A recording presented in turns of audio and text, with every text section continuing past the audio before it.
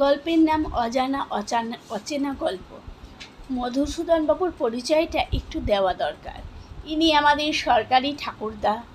পাকালো দাড়ি, চাকালো গোঁফ আর ডাকালো মাথা। বয়সটা যে তার কত সে হিসেব না করাই ভালো, তবে আন্দাজ করা যায় 65 থেকে 70। তিনি যৌবন বয়স থেকেই ব্যবসা করেন, কিন্তু কোনো টাকা পয়সাই সঞ্চয় করতে পারেননি। সব দুহাতে উপায় উড়িয়ে দিয়েছেন। শেষ বয়সে এসে মধুসূদনবাবুর কাছে কোনো টাকা পয়সাই নেই। তিনি পুরোপুরি ফতুর হয়ে যান। ও আপনাদের বলা হয়নি মধুসূদনবাবু বিদেশে ব্যবসা করতেন। দেশে যখন তিনি ফিরে আসেন তখন তিনি একদম ফতুর হয়ে যান। মধুসূদনবাবু গল্প বলতে খুব ভালোবাসতেন। একদিন গঙ্গার ধারে বসে আমরা সবাই গল্প করছিলাম। এমন সময় মধুসূদনবাবু সেখানে এলেন লাঠিতে ভর দিয়ে। তখন আমাদের মধ্যে একজন মধুবাবুকে বসতে বললেন আর গল্প শোনাতে বললেন। মধুসূদনবাবু গল্প শোনাতে শুরু করলেন। তিনি গল্প বলতে বলতেই গল্প বানাতে পারতেন। মধুসূদনবাবু বললেন, একবার আমি জঙ্গলে গিয়েছিলাম। আমার সামনে বাঘ আর পিছনে একটা মেয়ে অট্টহাস্য করছে। আমি বাঘের জন্য সামনেও যেতে পারছি না, আর মেয়েটাকে দেখে প্রাণটা ঢিপ ঢিপ করছে, তাই পেছনেও যেতে পারছি না। এইভাবে কিছুক্ষণ সময় কেটে গেল। আমি দুজনের মাঝখানে দাঁড়িয়ে রয়েছি। কিছু সময় কাটার পর হঠাৎ আমি উপলব্ধি করলাম মেয়েটা যেন ধীরে ধীরে পিছনের দিকে সরছে, কিন্তু তার পরনের পোশাকটা ওখানে পড়ে রইল। সে উলঙ্গ অবস্থাতেই পিছনের দিকে সরে যাচ্ছে। তখন তার চেহারাটা আরও বিভৎস ও কদাকার হয়ে উঠল আমার কাছে, কারণ তখন আমার চোখ পড়ল মেয়েটার শরীরের কিছু অংশে। মেয়েটার সারা শরীর আঁশে ঢাকা, আর শরীরের কিছু কিছু অংশ ঝাঁঝালো মাংসের মতো। দেখেই আমার সারা শরীর শিহরণ হলো। আর তার মুখে অট্টহাস্য। প্রথমটা আমি ভয় পেলেও কিছু সময় পরে সাহস করে এগিয়ে গেলাম তার দিকে। কিন্তু আমি যত এগোতে লাগলাম মেয়েটা ততই পিছনের দিকে সরে যেতে লাগলো। এইভাবে আমি আর মেয়েটা জঙ্গলের অনেকটা পথ অতিক্রম করে ফেললাম। মধুসূদনবাবু আরও বললেন, আমি যেহেতু জঙ্গলে শিকার করতে গিয়েছিলাম, তাই আমার হাতে গুলি বন্দুক আর তীর ধনুক ছিল। অবশেষে তীর ছুঁড়ে মারলাম মেয়েটার দিকে। তীরের আঘাতে মেয়েটা জঙ্গলের মধ্যেই লুটিয়ে পড়ল। জখম হলেও সামনে গিয়ে দেখলাম মেয়েটা মরেনি, বরং আমাকে সামনে দেখে সে নড়ে চড়ে উঠে বসে বলল, আয় মধুসূদন, আমার কাছে আয়। আজকে তোকে পেয়েছি। তোকেই খেয়ে আমি আজ আমার পেট ভরাবো। আমি তখন বুঝতে পারলাম মেয়েটা আসল মানুষ নয়, কোনো প্রেতাত্মা। কিন্তু এটা বুঝতে পারলাম না সে আমার নাম জানলো কী করে। এই বলে মধুসূদনবাবু তার গল্প শেষ করলো। উঠে পড়ল জায়গা ছেড়ে। মধুসূদনবাবুর গল্প শুনে আমরা ওখানে থাকা সবাই বলে উঠলাম, ভূতেরা সব পারে। আর তার সাথে সাথে অন্য একটা গল্প শোনার বায়না করলাম মধুসূদনবাবুর কাছে। এটা পার্ট 1 হয়েছে, পার্ট 2 হবে। আবার যে একটা গল্প শুনতে চাইলো সেটা হবে। ভক্ত সুরেন্দ্রনাথের বাড়ি সিমলায়। তিনি এবছর বাড়ির শারদীয়া পূজায় ব্যবস্থা করেছে। পূর্বে তাদের বাড়িতে প্রতি বৎসর পূজা হতো। একবার বিশেষ বিঘ্ন হওয়ায় পূজা অনেকদিন বন্ধ ছিল। ঠাকুরের বলে বলীয়ান সুরেন্দ্রনাথ দৈবাগ্নির কে ভয় করতেন না। তিনি দুর্গাপূজা করার জন্য ঠাকুরের অনুমতিও লাভ করেছিলেন। সে কারণে তাঁর পরিবারবর্গের প্রতিবন্ধক অগ্রাহ্য করে এবং সকল ব্যয়ভার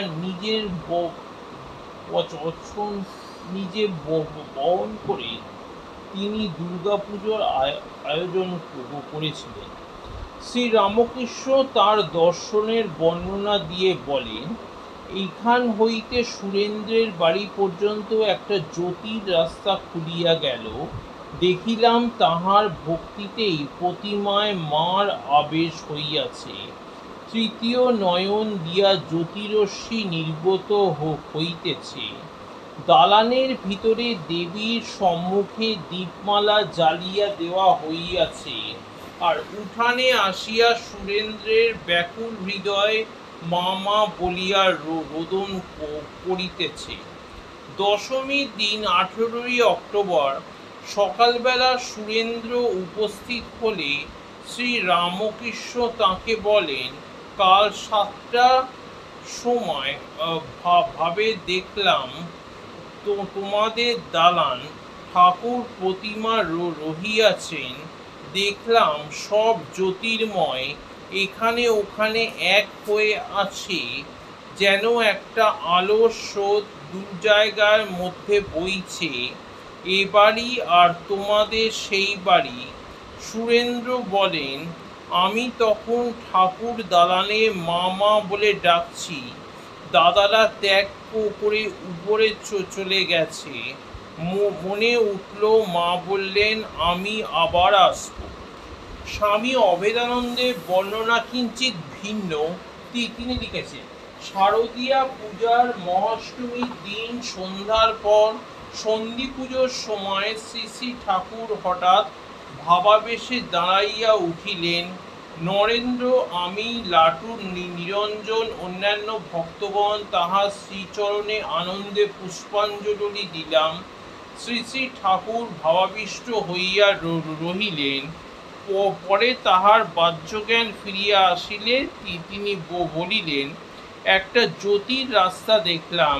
সেই রাস্তা এখান থেকে সুরেন্দ্রের ঠাকুর দালানে শেষ হয়েছে। সেখানে মা দুর্গার প্রতিমা এক পার্শ্বে দেখলাম। সুরেন্দ্র কাঁদছে। বৈকুণ্ঠনাথ সান্যাল এই দর্শনের স্পষ্টতার এক ব্যাখ্যা দিয়েছেন।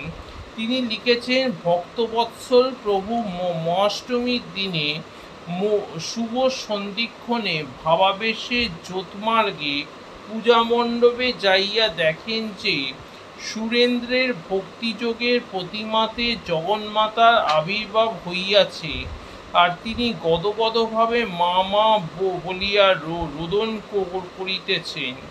সুরেন্দ্রনাথের ভক্তিতে প্রীত হইয়া তাহার হৃদয় পূজা গ্রহণান্তে ঠাকুর সহজ অবস্থা আসিয়া নরেন্দ্রনাথের প্রমুখ সন্তানগণের সমস্ত ব্যাপার কহিয়া জগন্মাতার প্রসাদ গ্রহণ করিতে সকল সুরেন্দ্র ভবনে পাঠাইয়া দেন। ঠাকুরের আদেশে নরেন্দ্রনাথ, কালীপ্রসাদ, অন্যান্য ভক্তগণ সুরেন্দ্রনাথের বাড়িতে যান। সুরেন্দ্রনাথকে জিজ্ঞাসা করে তারা জানতে পারেন যে ঠাকুর দালানের যে স্থান বলেছিলেন সে স্থানে দীপমালা দেওয়া হয়েছিল, এবং সুরেন্দ্রনাথ প্রতিমার সামনে উঠানে বসে প্রাণের আবেগে মা মা বলে প্রায় 1 ঘন্টা বালকের মতো চেঁচিয়ে কেঁদেছিলেন।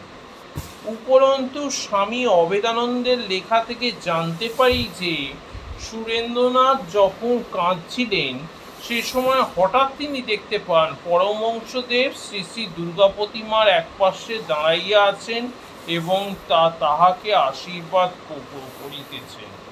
এই সব কিছু দেখে শুনে ভক্তগণ বিস্ময়ে আনন্দে হতবুদ্ধি হয়ে পড়েন।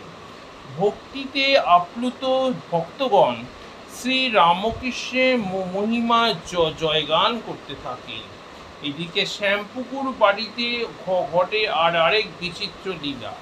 ভক্ত দেবেন্দ্রনাথ মজুমদার শ্রী রামকৃষ্ণের সম্মুখে বসেছিলেন।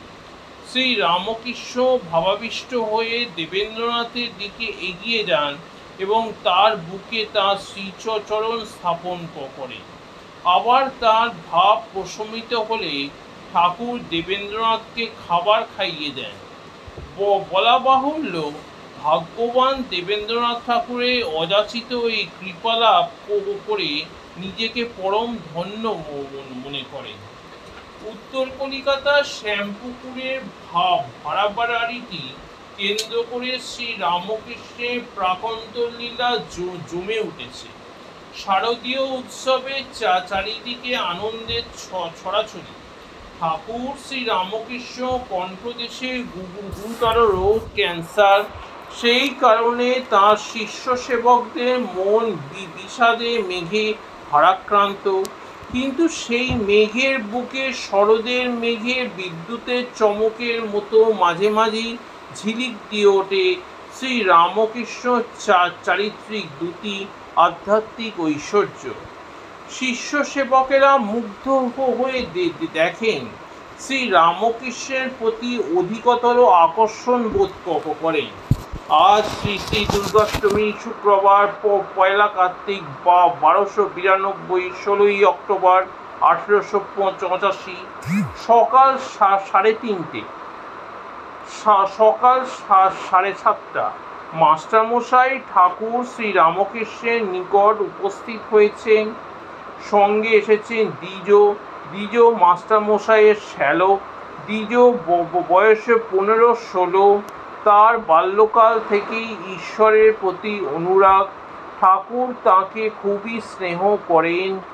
আজ জগন্মাতার মহাপুজোয় ভাবসত্ত্ব ক্ষণে ক্ষণেই ঠাকুর শ্রী রামকৃষ্ণের দেহ মনে আছড়ে পড়ছে। তিনি তার কঠিন রোগের কথা ভুলে গেছেন। মাঝে মাঝেই তিনি ভাবে মাতোয়ারা হয়ে উঠেছেন।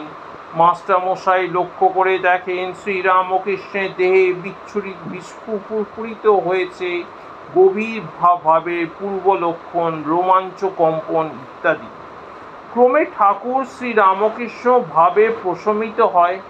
ভক্তের চিরকালের আকৃতি আরোপ করে তিনি ভক্ত দেবেন্দ্রনাথ মজুমদারকে লক্ষ্য করে বলেন, জগৎ ব্রহ্মে মজে আনন্দ করছে, আর আমি রইলুম পড়ে। ভাবের মলয় উপস্থিত সকলের হৃদয় শিহরন্তরে। এবার ঠাকুর তার নিজের মাথায় ও পেটে হাত বুলাতে থাকেন। ভাবের রেশ সম্পূর্ণভাবে কেটে গেলে শ্রীরামকৃষ্ণ বলেন, বাবা, ভয় পাছে বায়ু ততে ঘা দিয়ে যায়।